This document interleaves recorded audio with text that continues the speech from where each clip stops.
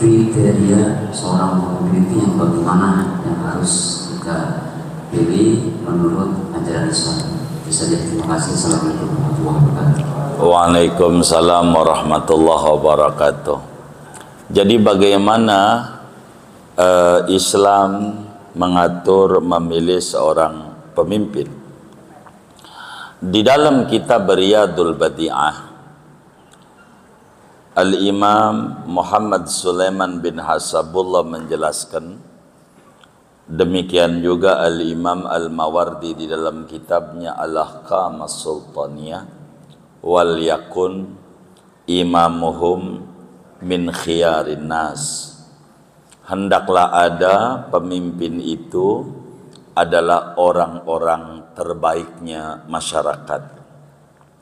Tentu yang mendekati daripada akhlaknya dan karakternya Nabi. Nabi itu fatonah, cerdas, begitu. Jadi haruslah memilih pemimpin yang cerdas, memiliki intelektualitas yang tinggi. Itu begitu.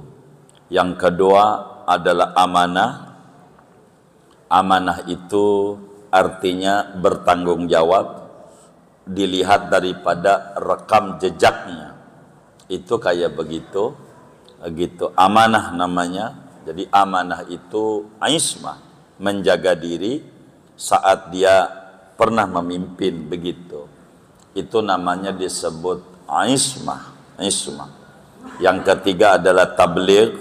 Tabligh itu menyampaikan kalimat yang enak didengar, ngomongnya bagus, sopan, begitu. Bagaimana cara menyampaikan? Singkat, padat, mudah dimengerti.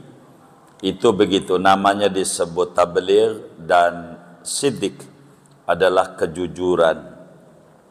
Ini kriteria yang ada dalam memilih kepemimpinan. Maka kita harus melihat daripada pemimpin itu yang terbaik, yang memiliki kecakapan, yang memiliki integritas, yang memiliki intelektualitas yang tinggi. Ini pemimpin.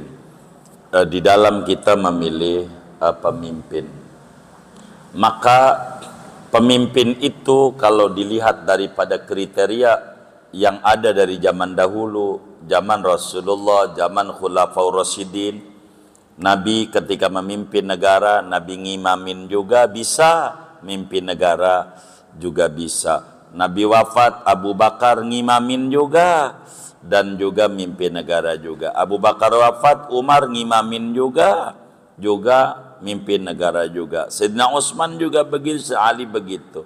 Maka memilih pemimpin bagi kita bersama yang paling gampang, memimpin urusan kepada Allah. Masyarakat itu gampang, Allah dulu.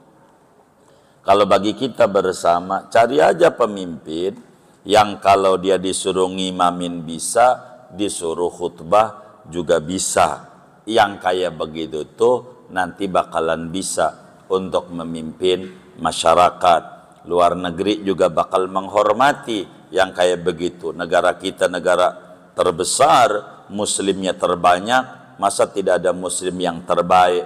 Dan keliru bagi kita muslim yang baik, begitu. Lalu kita memilih, dan alhamdulillah di negeri kita ini semuanya calon-calon pemimpinnya muslim semua, semuanya begitu. Calon dari tiga-tiganya itu semuanya adalah muslim.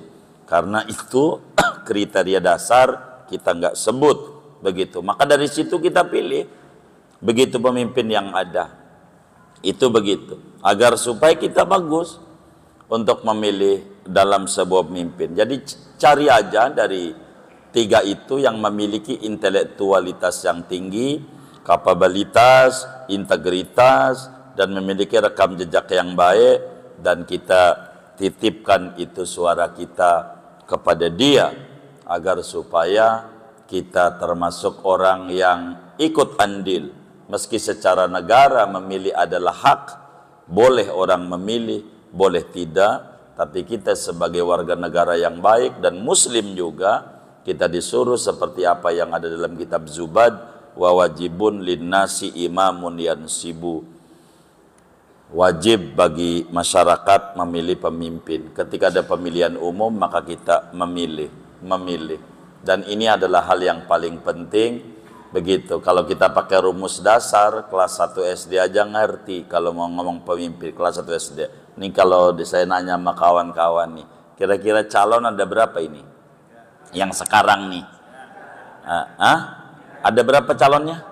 Ada 3. Tuh dari 3 tuh kira-kira yang kalah berapa tuh? Yang menang? Tuh bocah aja paham. Begitu, yang kayak begitu. Yang kalah berapa? Yang menang? Oh iya. Tuh begitu. Jadi oleh karena itu memilih pemimpin tuh yang baik. Dan kita saatnya, bukan sekedar kita sholat. Lah itu kan sholat. Justru dari sholat ini akan menimbulkan aturan-aturan bermasyarakat yang baik. Silakan sajalah milih yang mana saja. Itu masing-masing ada yayainya. Kan ada yayainya juga. Begitu, semuanya ada yai-yainya. Ada ulama-ulamanya juga banyak. Itu kayak begitu. Jadi ya terserah sampean pada mau milih yang mana. Yang penting kita memilih pemimpin yang terbaiknya. Maka ketika kita mau nyoblos, kita harus bilang dalam hati kita, ya Rabb, saya menitipkan kepada ini yang saya anggap paling baiknya. Bila kemudian ini enggak baik, mohon maaf ya Rabb, itu di luar kendali kami. Ini bismillah. Begitulah kita. Begitu kalau memilih hak suara. Jangan kita enggak memilih. Sayang, mau kapan lagi kita? Dan ini adalah hal yang jangan sampai kita mundur di dalam kita pemimpin. Begitu dulu di zaman Sayyidina Umar bin Khattab radhiyallahu taala an, Sayyidina Umar udah senja 10 tahun lebih. Jadi saat itu kasus yang terjadi sesudah 10 tahun Sayyidina Umar, 10 tahun tuh kalau di Indonesia namanya 2 periode. Sayyidina Umar tuh. Jadi kasusnya karena Sayyidina Umar tuh sampai wafat beliau dibunuh 2 tahun 6 bulan 10 hari memimpin. Jadi saat itu umurnya sudah 10 tahun 3 bulan. Kemudian sahabat pada kasakusuk usul.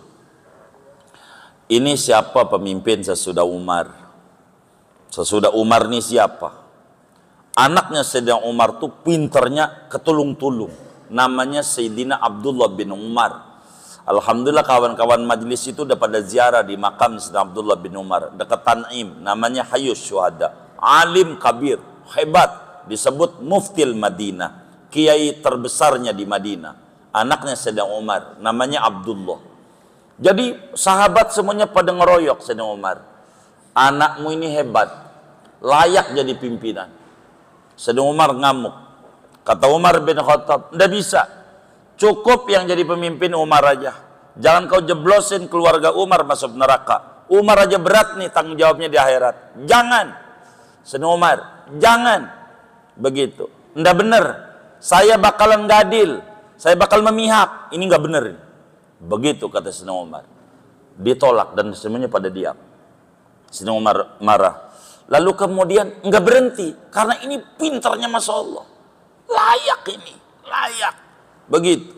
Akhirnya ada formatur 6 orang. Imam Ali masuk, Sayyidina Utsman masuk, 6 dah. Termasuk anak Sayyidina Umar ada juga tuh di 6 nih. Calon nih. Sayyidina Umar baca tuh 6. Tetap aja tuh pakai dipilih begitu tuh 6. Umar bilang, coret anak saya Abdullah. Nggak boleh anak saya, nggak boleh. Bakalnya miring ini, miring. Nggak bisa. Begitu. Kalau bagi bansos bisa sendiri padahal ada menteri sosial. Bakal sendiri jalanin. Begitu. Itu begitu. Bakal miring. Ini Sayyidina Umar yang kita cerita. Inilah namanya pemimpin sejati, saudara. Begitu bisa dilihat tuh sejarah kepemimpinan Sayyidina Umar detik-detik terakhir. Bagaimana ada formatur tuh. Itu begitu. Ini sepakat semua masyarakat. Setuju semua masyarakat. Anaknya ini pinter. Sepakat kagak kasih. Begitu. Saking adilnya Umar. Tapi ada pemimpin yang orang aja pada protes. Maju aja terus. Gitu ada. Yang kayak begitu tuh ada. Begitu, rada repot juga. Rada repot begitu, rada repot. Yang kayak begitu, rada repot. Ya tapi ya mau bagaimana ya. Begitu. Iya, kayak begitulah begitu.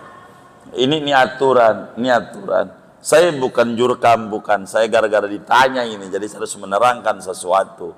Ditanya.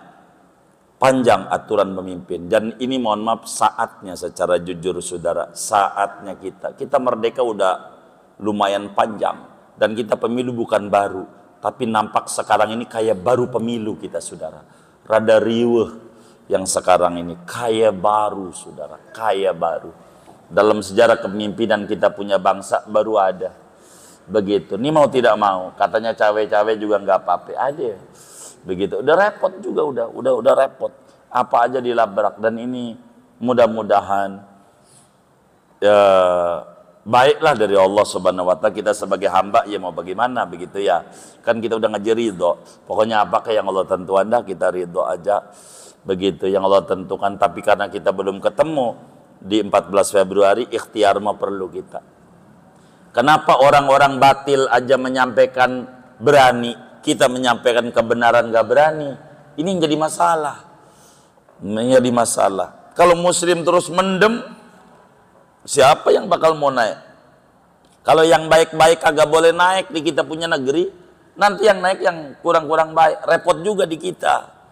Begitu. Oleh karena itu, carilah pemimpin yang terbaik. Wal yakun imamuhum min khiyarin nas. Hendaklah yang jadi pemimpin itu orang-orang pilihan, orang yang teruji, yang baik. Karena ini adalah hal yang paling penting. Mohon maaf, urusannya bukan rumah tangga, bukan.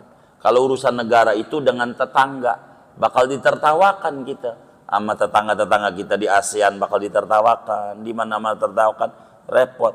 Maka pilihlah mana yang saudara suka, mana yang saudara demen, dari yang ada, dengan kriteria saudara harus pahami, ini yang terbaik kayaknya.